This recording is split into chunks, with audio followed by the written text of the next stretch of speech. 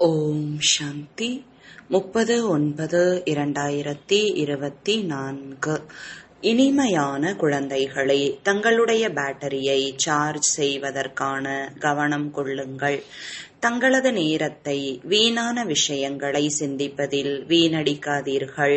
ஞானத்தை அரைக்கதான் போதை ஏறும்.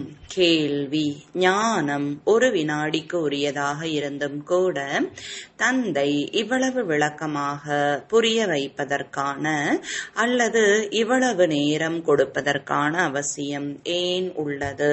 பதில்: ஏனென்றால் ஞானம் கொடுத்த பிறகு குழந்தைகளுக்குள் சீர்திருத்தம் ஏற்பட்டுள்ளதா இல்லையா என்பதை தந்தை பார்க்கிறார். மீண்டும் திருந்துவதற்கான ஞானத்தை கொடுத்து கொண்டே இருக்கிறார். முழு விதை மற்றும் மரத்தின் ஞானத்தை கொடுக்கிறார்.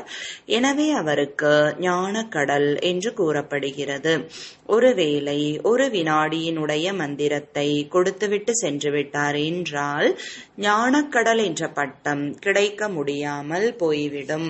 ஓம் சாந்தி. ஆன்மீக தந்தை வந்து ஆன்மீக குழந்தைகளுக்கு புரிய வைக்கிறார். பக்தி மார்க்கத்தில் பரமபிதா பரமாத்மா சிவனை இங்குதான் பூஜிக்கிறார்கள். இவர் வந்து சென்றுள்ளார் என்பது புத்தியில் இருக்கிறது. எங்கெல்லாம் லிங்கத்தை பார்க்கிறார்களோ அவருக்கு பூஜை செய்கிறார்கள். சிவன் பரம்தாமத்தில் இருப்பவர் ஆவார். வந்து சென்றுள்ளார் என்பதை புரிந்துள்ளார்கள். எனவே அவருடைய நினைவார்த்தமாக பூஜை செய்கிறார்கள். எந்த நேரத்தில் நினைவு செய்யப்படுகிறதோ பிறகு அவர் நிராகாரமானவர் ஆவார், பரம்தாமத்தில் வசிப்பவர் ஆவார் என்பது புத்தியில் வருகிறது. அவரை சிவன் என்று கோரி பூஜை செய்கிறார்கள். ஆலயத்தில் சென்று வணங்குகிறார்கள். லிங்கத்தின் மீது பால், பழம், நீர் போன்றவற்றால் அபிஷேகம் செய்கிறார்கள். ஆனால் அதுவோ ஜட பொருள் ஆகும்.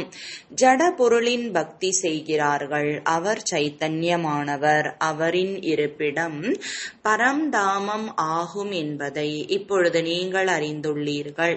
அவர்கள் பூஜை செய்யும் பொழுது பரம்தாமத்தில் வசிப்பவர் ஆவார். அவர் வந்து சென்றுள்ளார் என்பது புத்தியில் இருக்கிறது. அதனால்தான் இந்த சிலைகள் உருவாக்கப்பட்டுள்ளன. அவற்றிற்கு பூஜை செய்யப்படுகிறது. இந்த சிலை ஒன்றும் சிவன் கிடையாது, அது அவருடைய உருவம். அதே போல தேவதைகளை கூட பூஜிக்கிறார்கள். ஜட சித்திரங்கள் உள்ளன, சைத்தன்யமாக இல்லை. ஆனால் அதுபோல உயிர் பொருளாக இருந்தவர்கள் எங்கு சென்றார்கள் என்பதை புரிந்து கொள்வது இல்லை. அவசியம் மறுபிறவி எடுத்து கீழே வந்திருக்க கூடும். இப்பொழுது குழந்தைகளாகிய உங்களுக்கு ஞானம் கிடைத்து கொண்டிருக்கிறது. யாரெல்லாம் பூஜிக்கத்தக்க தேவதைகளாக இருந்தார்களோ அவர்கள் புனர்ஜென்மம் எடுத்துக்கொண்டே வந்துள்ளார்கள் என்பதை புரிந்துள்ளீர்கள். ஆத்மா அதேதான். ஆத்மாவின் பெயர் மாறுவது இல்லை. மற்றபடி ஷரீரத்தின் பெயர் மாறுகிறது. அந்த ஆத்மா ஏதோ ஒரு ஷரீரத்தில் இருக்கிறார். மறுபிறவி எடுத்தே ஆக வேண்டும். யார் முதலில் ஷரீரத்தை உடையவர்களோ அவர்களை பூஜிக்கிறீர்கள். சத்யுக லக்ஷ்மி நாராயணருக்கு பூஜை செய்கிறீர்கள். இந்த சமயம் தந்தை அளிக்கும் ஞானத்தின் மீது உங்கள் கவனம் செல்கிறது. எந்த படத்திற்கு பூஜை செய்கிறார்களோ அவர் முதல் நம்பரில் இருப்பவர் என்பதை நீங்கள் புரிந்துள்ளீர்கள். இந்த லக்ஷ்மி நாராயணர் சைத்தன்யமாக இருந்தார்கள். இங்குதான் பாரதத்தில் இருந்தார்கள். இப்பொழுது இல்லை. அவர்கள் புனர்ஜன்மம் எடுத்து வெவ்வேறு பெயர் உருவங்களை எடுத்து 84 பிறவிகளின் பாகத்தை நடித்துக் கொண்டே இருக்கிறார்கள் என்பதை மனிதர்கள் புரிந்து கொள்வது இல்லை. இது யாருடைய கவனத்திலும் வருவது இல்லை. சத்யுகத்தில் அவசியம் இருந்தார்கள், ஆனால் இப்பொழுது இல்லை. இதுவும் யாருடைய புத்தியிலும் வருவது இல்லை. நாடகத்தின் திட்டப்படி மீண்டும் உயிர் உள்ளவர்கள் இருப்பவர்களாக அவசியம் வருவார்கள் என்பதை இப்பொழுது நீங்கள் அறிந்துள்ளீர்கள். மனிதர்களின் புத்தியில் இந்த எண்ணமே வருவது இல்லை. மற்றபடி இவர்கள் இருந்தார்கள் என்ற அளவிற்கு அவசியம் புரிந்து இருக்கிறார்கள். இப்பொழுது இவர்களுடைய ஜட சித்திரங்கள் உள்ளன. ஆனால் அவர்கள் உயிருள்ளவர்களாக எங்கே சென்று விட்டார்கள் என்பது யாருடைய புத்தியிலும் வருவது இல்லை. மனிதர்களோ 84 லட்சம் புனர்ஜென்மங்கள் என்று கூறிவிடுகிறார்கள். குழந்தைகளாகிய உங்களுக்கு 84 பிறவிகள் தான் எடுக்கிறார்கள். 84 லட்சம் அல்ல என்பது தெரிந்துவிட்டுள்ளது. இப்பொழுது ராமச்சந்திரனுக்கு பூஜை செய்கிறார்கள். ராமர் எங்கு சென்றார் என்பது கூட அவர்களுக்கு தெரியாது. ஸ்ரீராமரின் ஆத்மாவோ அவசியம் புனர்ஜென்மம் எடுத்துக்கொண்டே இருக்கக்கூடும் என்பதை நீங்கள் அறிந்துள்ளீர்கள். இங்கு தேர்வில் தோல்வி அடைந்து விடுகிறார். ஆனால் ஏதாவது ரூபத்தில் அவசியம் இருப்பார் அல்லவா? இங்கேதான் முயற்சி செய்து கொண்டே இருக்கிறார். இவ்வளவு ராமரின் பெயர் புகழுடையது என்றால் அவசியம் வருவார். அவர் ஞானம் எடுக்க வேண்டி வரும். இப்பொழுது எதுவும் தெரிய வருவது இல்லை. எனவே அந்த விஷயத்தை விட்டுவிட வேண்டி வருகிறது. இந்த விஷயங்களில் செல்வதால் கூட நேரம் வீணாகி போகிறது. இதைவிட நாம் ஏன் நமது நேரத்தை பயனுள்ளதாக ஆக்கக்கூடாது? நமது முன்னேற்றத்திற்காக பேட்டரியை சார்ஜ் செய்யலாமே. மற்ற விஷயங்களின் சிந்தனை என்பது பர சிந்தனை ஆகிவிடுகிறது. இப்பொழுதோ தன்னை பற்றி சிந்தனை செய்ய வேண்டும். நாம் தந்தையை நினைவு செய்வோம். அவரும் அவசியம் படித்துக் கொண்டிருப்பார். தனது பேட்டரியை சார்ஜ் செய்து கொண்டிருப்பார். ஆனால் நீங்கள் உங்களுடையதை செய்ய வேண்டும். அரைக்கதான் போதை ஏறும் என்று கூறப்படுகிறது. நீங்கள் சதோ பிரதானமாக இருக்கும் பொழுது உங்களுக்கு மிகவும் உயர்ந்த பதவி இருந்தது என்று தந்தை கூறியுள்ளார். இப்பொழுது மீண்டும் முயற்சி செய்யுங்கள். என்னை நினைவு செய்யுங்கள். அப்பொழுது பாவ கர்மங்கள் அழிந்துவிடும். குறிக்கோள் அல்லவா? இதை சிந்தனை செய்து செய்து சதோ பிரதானமாக ஆகிவிடுவீர்கள். நாராயணரை நினைவு செய்வதால் நாம் நாராயணராக ஆகிவிடுவோம். கடைசி நேரத்தில் யார் நாராயணனை நினைவு செய்தார்களோ நீங்கள் பாவங்கள் நீங்கிவிடும் வகையில் தந்தையை நினைவு செய்ய வேண்டும். பிறகு நாராயணர் ஆக வேண்டும். இது நரனிலிருந்து நாராயணர் ஆவதற்கான மிக உயர்ந்த வழி. ஒரு நாராயணர் ஆக மாட்டார் அல்லவா? இது முழு பரம்பரை. தந்தை மிக உயர்ந்த முயற்சியை செய்விப்பார். இது இருப்பதோ ராஜயோகத்தின் ஞானம். முழு உலகிற்கு அதிபதியாக வேண்டும். எந்த அளவிற்கு முயற்சி செய்வீர்களோ அந்த அளவிற்கு நன்மை உள்ளது. ஒன்று தன்னை ஆத்மா என்று அவசியம் நிச்சயம் செய்யுங்கள். ஒரு சிலர் குறிப்பிட்ட இந்த ஆத்மா உங்களை நினைவு செய்கிறார் என்று கூட எழுதுகிறார்கள். ஆத்மா ஷரீரத்தின் மூலமாக எழுதுகிறது. ஆத்மாவின் தொடர்பு சிவபாபாவுடன் உள்ளது. நான் ஆத்மா குறிப்பிட்ட இந்த ஷரீரத்தின் பெயர் உருவம் உடையவன் ஆவேன். இதை அவசியம் கூற வேண்டி இருக்கும் அல்லவா? ஏனென்றால் ஆத்மாவின் ஷரீரத்தின் மீதுதான் பல்வேறு பெயர்கள் இடப்படுகின்றன. நான் ஆத்மா உங்களின் குழந்தை ஆவேன். ஆத்மாவாகிய என்னுடைய ஷரீரத்தின் பெயர் குறிப்பிட்ட இதுவாகும். ஆத்மாவின் பெயர் ஒரு பொழுதும் மாறுவது இல்லை. நான் ஆத்மா குறிப்பிட்ட இந்த ஷரீரம் உடையவன் ஆவேன். அவசியம் ஷரீரத்தின் பெயர் வேண்டும் அல்லவா? இல்லை என்றால் காரியங்கள் நடக்க முடியாது. நான் கூட இந்த பிரம்மாவின் உடலில் தற்காலிகமாக வந்துள்ளேன் என்று இங்கு தந்தை கூறுகிறார். இவருடைய ஆத்மாவிற்கும் கூட புரிய வைக்கிறார். நான் இந்த ஷரீரத்தின் மூலமாக உங்களுக்கு கற்பிக்க வந்துள்ளேன். இது என்னுடைய ஷரீரம் அல்ல. நான் இந்த உடலில் இறங்கி இருக்கிறேன். பிறகு என்னுடைய இருப்பிடத்திற்கு சென்று விடுவேன். நான் வந்திருப்பதே குழந்தைகளாகிய உங்களுக்கு இந்த மந்திரத்தை அளிக்க. அப்படியின்றி மந்திரத்தை அளித்துவிட்டு சென்று விடுகிறேன் என்பது அல்ல. இல்லை, எந்த அளவிற்கு சீர்திருத்தம் ஏற்பட்டுள்ளது என்று குழந்தைகளை பார்க்க வேண்டியுள்ளது. பிறகு திருத்துவதற்கான அறிவுரையை கோரிக்கொண்டே இருக்கிறார். ஒரு வினாடியின் ஞானம் கொடுத்துவிட்டு சென்று விட்டார் என்றால் பிறகு ஞானக்கடல் என்று அழைக்க முடியாது. எவ்வளவு காலம் ஆகிவிட்டுள்ளது. உங்களுக்கு புரிய வைத்துக் கொண்டே இருக்கிறார். கல்ப விருட்சத்தை பற்றி பக்தி மார்க்கத்தின் எல்லா விஷயங்களும் புரிய வேண்டிய விளக்கங்கள் ஆகும். விஸ்தாரமாக புரிய வைக்கிறார். ஒட்டுமொத்தமாக என்றால் மன்மனாபவ. ஆனால் இவ்வாறு கூறி ஒன்றும் சென்று விட மாட்டார். பாலனை செய்கிறார். ஒரு சில குழந்தைகள் தந்தையை நினைவு செய்து செய்து பிறகு காணாமல் போய்விடுகிறார்கள். குறிப்பிட்ட இந்த பெயருடைய ஆத்மா மிக நன்றாக படித்துக் கொண்டிருந்தார். நினைவு வரும் அல்லவா? பழைய குழந்தைகள் எவ்வளவு நல்லவர்களாக இருந்தார்கள். அவர்களை மாயை விழுங்கிவிட்டது. ஆரம்பத்தில் எவ்வளவு பேர் வந்தார்கள். சட்டென்று வந்து தந்தையின் மடியை எடுத்துக்கொண்டார்கள். வட்டி உருவாக்கப்பட்டது. அதில் அனைவரும் தங்களது பாக்கியத்தை அமைத்துக் கொண்டார்கள். பிறகு பாக்கியத்தை சேமித்துக் கொண்டே இருக்க இருக்க மாயை ஒரே அடியாக ஊதி தள்ளிவிட்டது. நிலைத்திருக்க முடியவில்லை. பிறகு 5000 வருடங்களுக்கு பிறகும் இவ்வாறே ஆகும். எவ்வளவு பேர் சென்று விட்டார்கள். பாதி மரம் அவசியம் போய்விட்டது. ஒரு பக்கம் விருட்சம் விருத்தி அடைந்துள்ளது. ஆனால் பழையவர்கள் சென்று விட்டார்கள். அவர்களில் ஒரு சிலர் படிப்பதற்கு மீண்டும் அவசியம் வருவார்கள் என்று புரிந்து கொள்ளலாம். நாம் தந்தையிடம் படித்துக் கொண்டிருந்தோம் என்பது நினைவிற்கு வரும். மற்ற அனைவரும் இதுவரை படித்துக் கொண்டு இருக்கிறார்கள். நாம் தோற்றுவிட்டோம். மீண்டும் களத்தில் வருவார்கள். பாபா மீண்டும் வர அனுமதிப்பார். பிறகு வந்து முயற்சி செய்யட்டுமே. ஏதாவது ஒரு நல்ல பதவி கிடைத்துவிடும்.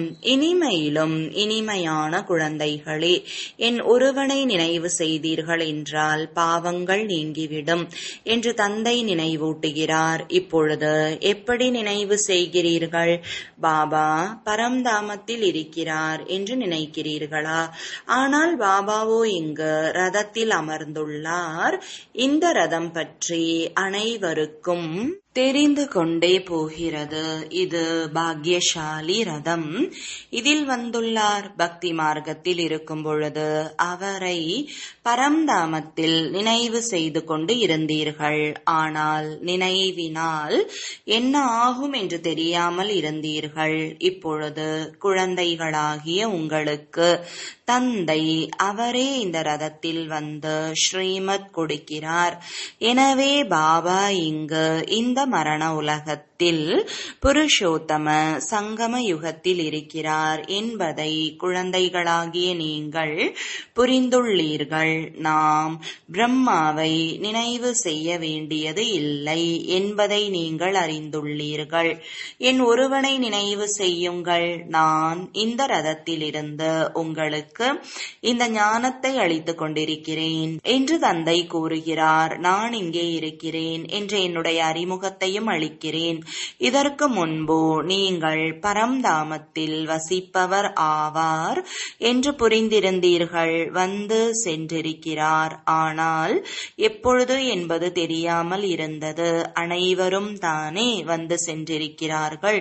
யாருடையதெல்லாம் படங்கள் உள்ளனவோ அவர்கள் இப்பொழுது எங்கே இருக்கிறார்கள் என்பது யாருக்கும் தெரியாது.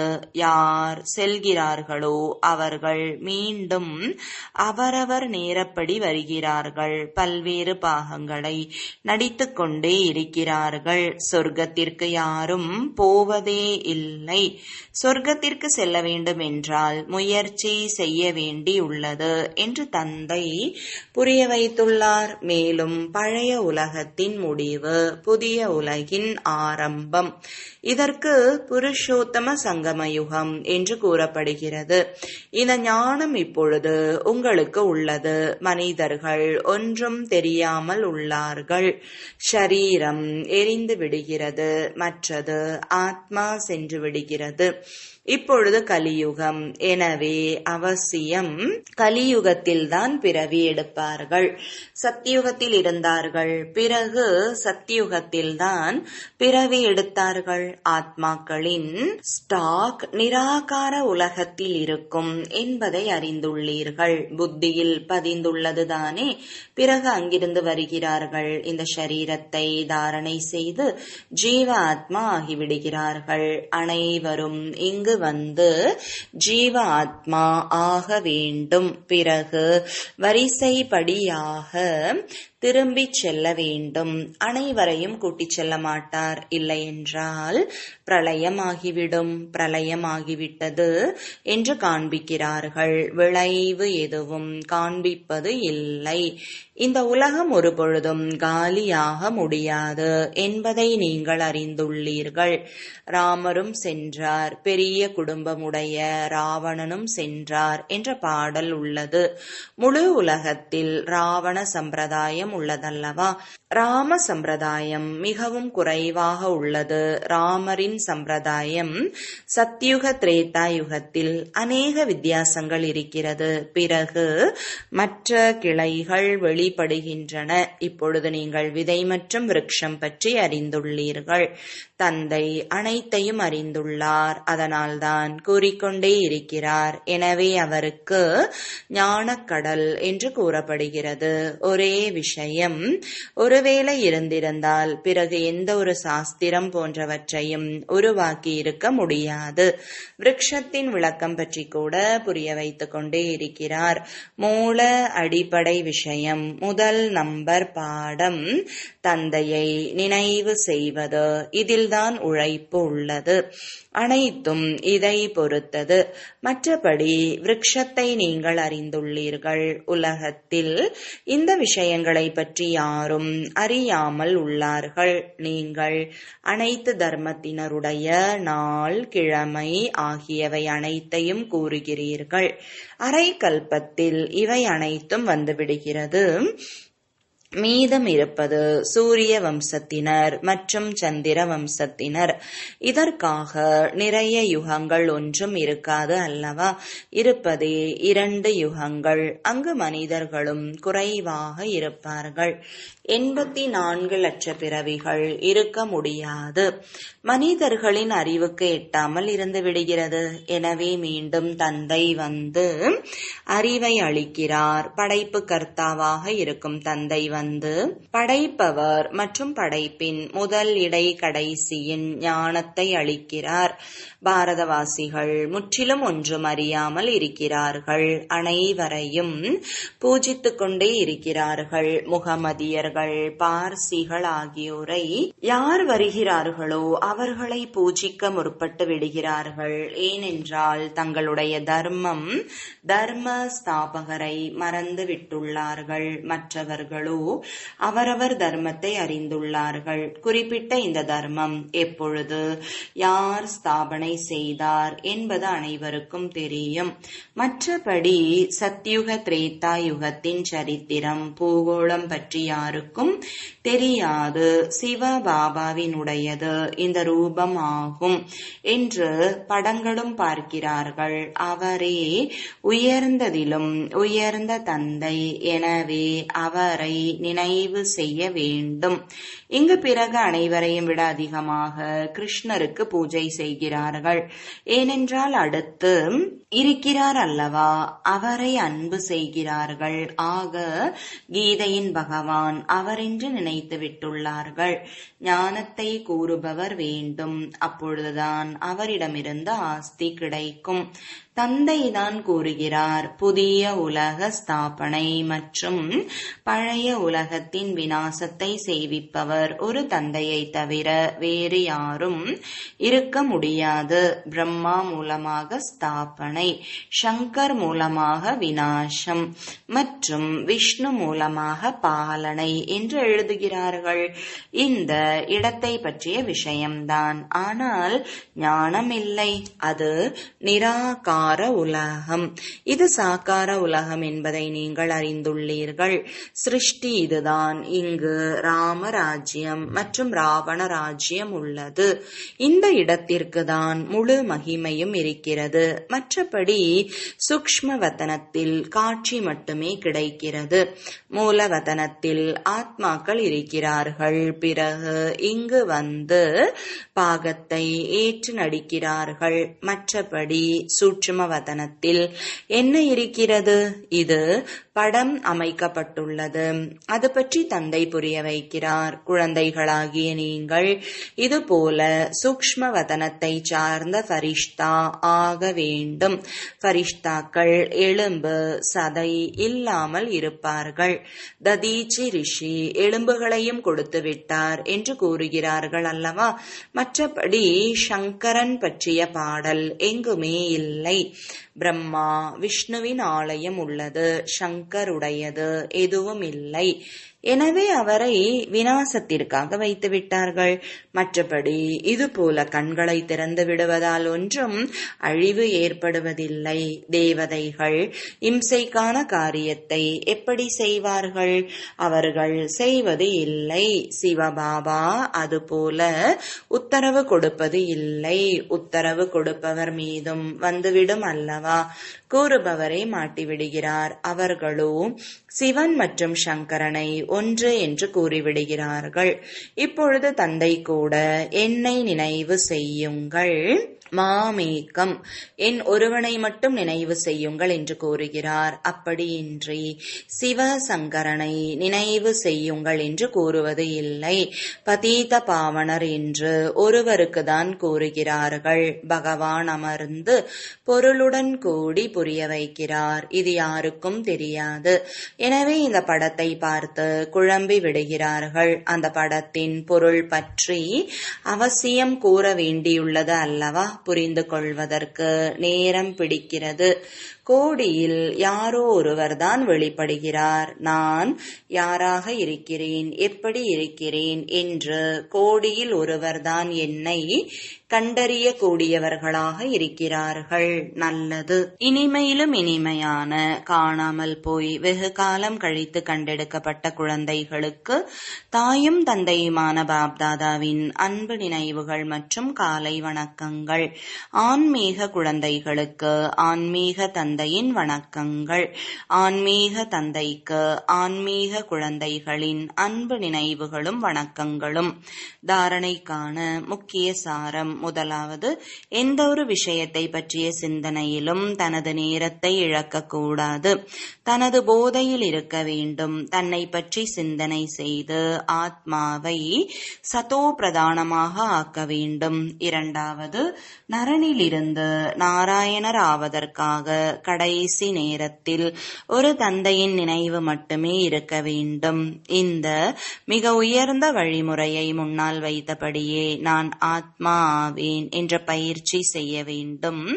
இந்த சரீரத்தை மறந்துவிட வேண்டும். வரதானம், வள்ளலின் வரத்தை நினைவில் வைத்து அனைத்து பற்றிலிருந்தும் விடுபட்டு கவர்ச்சிகளிலிருந்து விடுபட்டவர் ஆகுக. விளக்கம், அர்த்தம். சில குழந்தைகள் இவர் மீது பற்று இல்லை, இவரது குணம் மிக நன்றாக உள்ளது, சேவையின் சிறப்பம்சம் உள்ளது என்று சொல்கிறார்கள். ஆனால் எந்த ஒரு மனிதர் மீதும் பொருள் இடத்தின் மீதும் மீண்டும் மீண்டும் செல்வது கவர்ச்சிதான். எவருடைய குணம், சேவை செய்யும் சிறப்பம்சம், எதை பார்த்தாலும் வள்ளலை மறந்து விடாதீர்கள். இது வள்ளலின் வரமாகும். இந்த நினைவே பற்றிலிருந்து விடுபட்டவராக, கவர்ச்சியற்றவராக மாற்றும். யார் மீதும் ஈர்ப்பு இல்லாதவர் ஆகிவிடுவீர்கள். ஸ்லோகன்: அலைந்து கொண்டிருக்கும் ஆத்மாக்களுக்கு சரியான இலக்கை காண்பியுங்கள். பகவானுடன் இணைத்துவிடும் ஆன்மீக சமூக நல சேவகர்கள் ஆகுங்கள். ஓம் சாந்தி.